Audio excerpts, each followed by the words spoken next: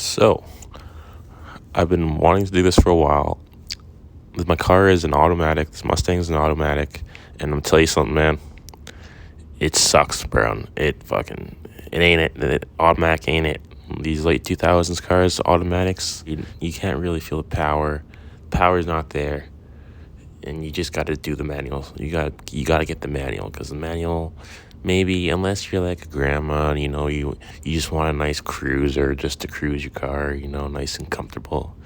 But if you want to drive hard, you want to shift gears and just send it and just hear that engine, we switch into manual transmission. Way more funner to drive. In order to convert this Mustang to a manual, it's everything that I need right here. Of course, you need the transmission and the wiring harness you need for this. But unfortunately, when I took it to the place where they take the tranny out for you, they fucking destroy this wiring. Like, I can't even use this, so I don't know what I'm gonna do. I'm probably just gonna use I'll use the wiring that's currently in the vehicle with the automatic, but I'm probably gonna it's not gonna plug in, so I'm gonna have to just, I don't know. Transmission, you need the drive shaft, because this flange is different. Like, the splines in here are different for the manual transmission, so you need that.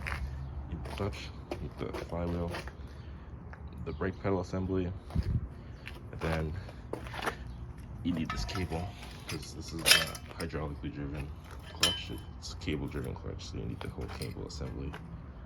And yeah, that's what you need. I jacked the car up already. I had to remove the bumper because my car is super low, so there's a bunch of other extra shit I had to do in order to jack this car up. But yeah, it's jacked up. We'll work on it. First thing to do is take the exhaust off, but I already took the exhaust off. It's like a pipe, two pipes, dual pipes that go down here, and disconnects from right there. The starter is right there. There's three bolts. Just take that out. See, I already took two out. There's one there, and then there's another one that's kind of hard to get at, but got the starter out. Here's the three bolts that I already took out. 1, 2, 3. Also, I took these out, the little connectors that to start on the solenoid.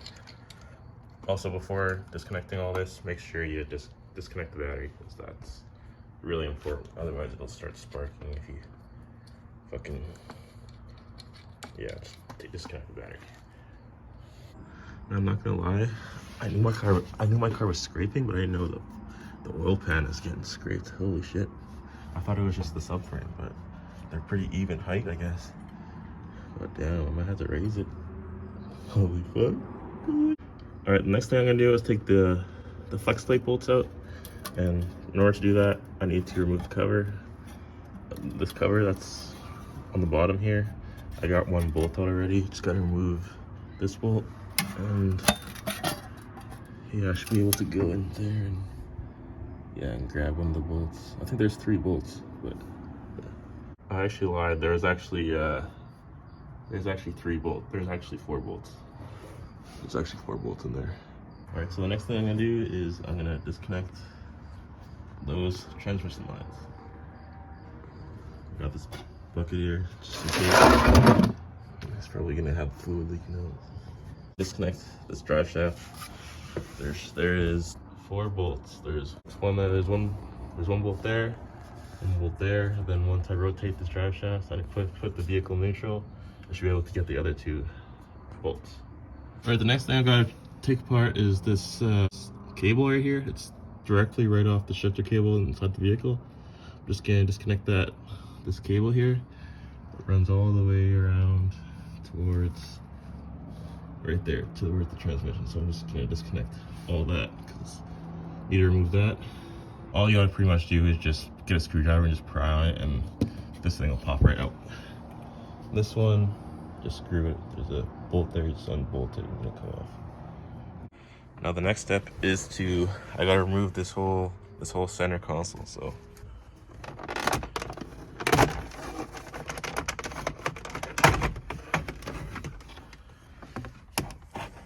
there's gonna be one screw here, one screw here. Then inside here, there's 2 screws inside here. Like 2 there, 1 there, and 1 there. And then this whole thing. Then put this e-brake up all the way up, and then you should be able to pull this out. Now, I believe there's 4 bolts, and this whole thing should, whole shifter should come out. 1, 2, 3, and 4. And I think it should come. There's 2 Torx screws, 1 there and 1 there. Take that out. Then when after you take those out, you gotta like lightly pry this up, and it'll come off. I don't know what this is right here. Like all this shit. But I disconnected this. I'm gonna take this bolt out, and I think there's I'm gonna have to remove this. There's a little clip in here. I'm gonna have to remove that and just take that out so I can remove this whole thing. Probably just gonna leave this on the side because I don't even know where that goes. Alright, whole thing's removed. Good. There's a connector I have to disconnect, and yeah, it comes right out. Just disconnect these connectors. I think there's a clip on here that's why on the brace there. Right here, this connector, unhook that. Right there, there's one connector. Right there, there's connector. Disconnect that. All right, now, since I got all those disconnected, take this cross member out and go for 4 bolts. Two on that side and 2 on the other side, and it'll come. I'm probably gonna have to get a jack to support this, because once I take that cross member out, then the transmission is gonna tilt downwards a little bit. So I'm gonna have to put the jack right there and put it on top of this transmission. All right, the next step for this is I gotta take the bell housing bolts out. There should be 3. 1, 2, 3. There's 3 here, and then there's 1 at the very top. Like you can't really get at. I can't see it, but it's up there. And then the similar I gotta do on the other side. Take those bolts out on the other side, and then all the bell housing bolts out on this side. Up there. You can't really see. This thing is ready to come out. All right, so I finally got the transmission out, and like holy shit, man, that was a fucking hard ass job, because when I was going to remove this from under the vehicle, like I couldn't do it because the jacks were maxed out and the bell housing was so high that you can't get into the vehicle. So I had to grab another jack and reposition the jack stands. It was fucking, got some plywood down because the jack stands weren't high enough. Like fuck. I'm just glad I got it out. I put the manual in here already, just because it's really hard. I just thought I'd do it real quick. I didn't want to, it was kind of sketchy, just how I had it. And I just decided just to put it in real quick. Yeah, it's under there. Now I just gotta remove, there's bolts all around here. There's 6 flex plate bolts, and then that flex plate will just come right out. So I need to put this in here. This is the pallet bearing. I have to put this in the crankshaft, because in the manual transmission you need this, otherwise this shaft is gonna be like flopping around. It'll make a lot of noise. So yeah, you gotta put this in here, pallet bearing, hammer it in. But before I put this in here, I'm gonna just check to see how well it goes in and out. Yeah, it's perfect. Oh yeah. Oh yeah. That's what you want. Like that's how you know it's good. That's how you know it's the right one. So yeah. Put that in. I'm gonna hammer that in real quick.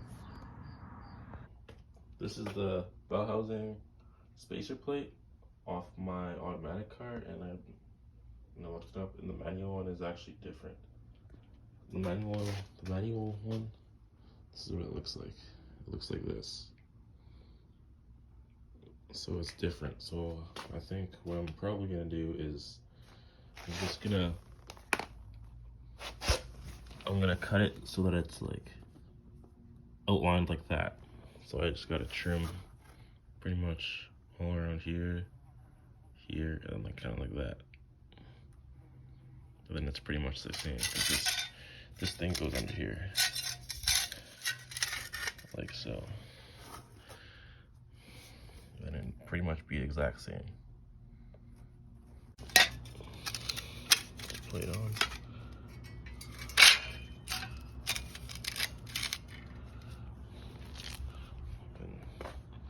Yeah, pretty much the set. It's pretty much the same now. All right, so I already went ahead and put the flywheel on, and there's one thing that I noticed, that you need to replace the flex plate bolts, because originally there's a flex plate on this thing and it has a bolt like this on here. And if you compare this flex plate bolt to the flywheel bolt, it's a lot longer. Like the flywheel bolt's a lot longer because it's a lot thicker. So you got to make sure to get the flywheel bolt, otherwise it won't thread in all the way. So you got to get the longer bolt, otherwise it won't tighten properly. So yeah, make sure you get the right bolts for the flywheel. Yeah, so the clutch is in. I put the pressure plate on already. I use this tool to align the thing so that the clutch is aligned with the pop bearing. Now I just gotta install the transmission onto the vehicle. So now, I actually don't have, there's like a shifter bracket that goes on here, but I never was able to get that from the junkyard, so I'm gonna have to do some research and see how much to cut. This is kind of the shape that it needs to be cut in, kind of like right here, right there, right like that.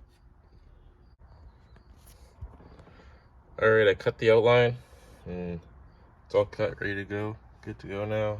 I put spray paint on it just so it doesn't rust on the top end and on the bottom. Once I get the there's a shifter adapter plate that you put on here.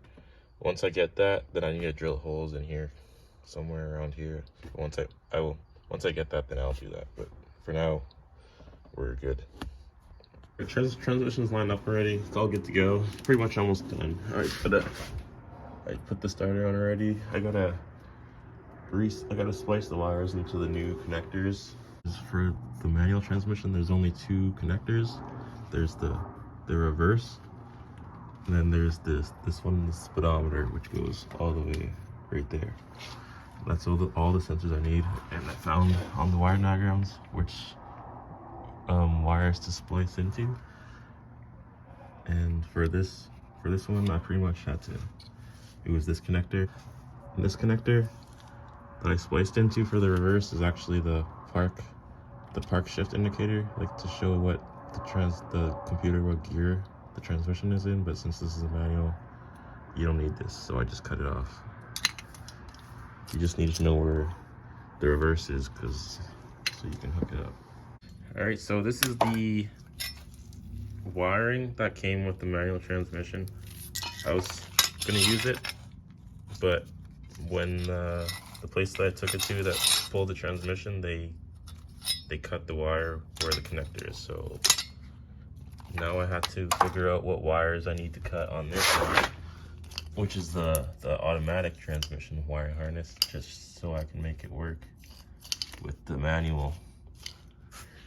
And I looked at the wiring diagrams, and this is the reverse. It's orange and pink and black wire, green and white, and gray and orange, which is this connector right here on the manual. So and there's this one, which I don't need at all, which was part of the harness. I just cut it off completely because this is just for the automatic transmission, I think for like actuating the solenoids to shift gears. But like it's manual, so you don't need this. I'm cutting this. I cut this off. And for the speedometer for the output shaft, I wire that in. Now the manual transmission is wired. So when you're replacing the transmission, you also, if you're going to a manual from an auto, you have to replace the drive shaft, because if you look at these splines, this is the manual one and this is the automatic. The splines are different, so you have to get a different drive shaft, or you can just get this whole sleeve here different. But I'm just gonna get the whole drive shaft because it's easier that way. The next thing that I'm gonna take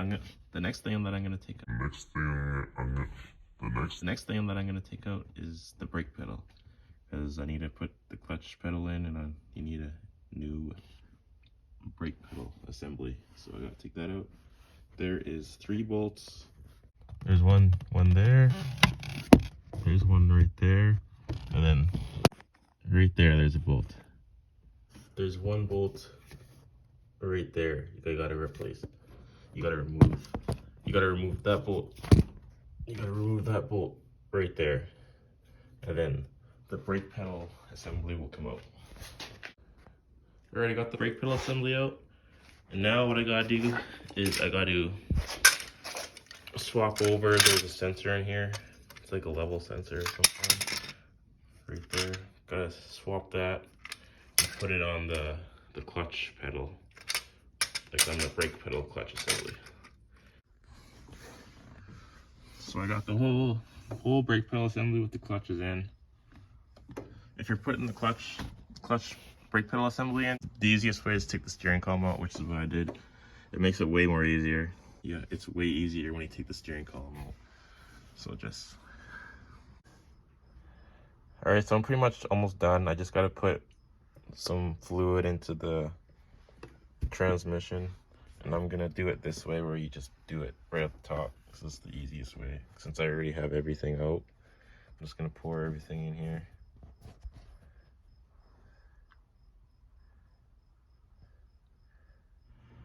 So I pretty much have everything installed already in this vehicle. It's pretty much done. Like, I got the shifter already. I got the boot. Got everything already on here. I was able to get the adapter plate for the inside of here. Yeah, I drilled the holes where I'm supposed to. Like, once you get that adapter plate, then you already know. You'll see where to drill. Like, it's not. I don't really have to show that. It's pretty obvious how to do it. But yeah, everything's on. I was able to put I also put the clutch cable on the pedal and then onto the transmission. It's really not that hard. That's why I didn't really record how to do it, because it's actually really easy. Although you do have to adjust the pedal for the cable to run properly, but it's really not that hard. Once you put the cable on, you'll be able to figure it out. But yeah, the first time that I went to start this thing, it didn't actually start, and after finding out some wiring diagrams and looking at shit, I was able to figure out how to get it to start. In order to make this thing start, I had to get this connector from the transmission range sensor, and there's these 2 wires. This is also the connector I used to find the reverse for the manual transmission, which is these 2. But to make this thing start, I had to pretty much bypass the starting circuit on the range sensor, because it wants to detect park, and if there's no connector connected to anything, then it won't sense park position, so it won't start. So I had to take both these 2 wires here. It's the orange and white, and then this is blue and red, I believe. I cut these right off the connector, which is what I did, and then I just looped them together like this when it was cut. So then it's looped like this, and then it just bypasses the whole. It always thinks it's in park or neutral, so it'll always start. So that's how you get this thing to start. If you have a wiring harness that isn't like broken or cut, then you don't have to do all this wiring stuff that I'm doing. It's just I had to do it because the connector got cut, and I had to figure out what wires I'm supposed to connect to make this thing like run properly. So that's why I'm doing all this cutting with all the this reverse and the transmission, like to see if this starting circuit.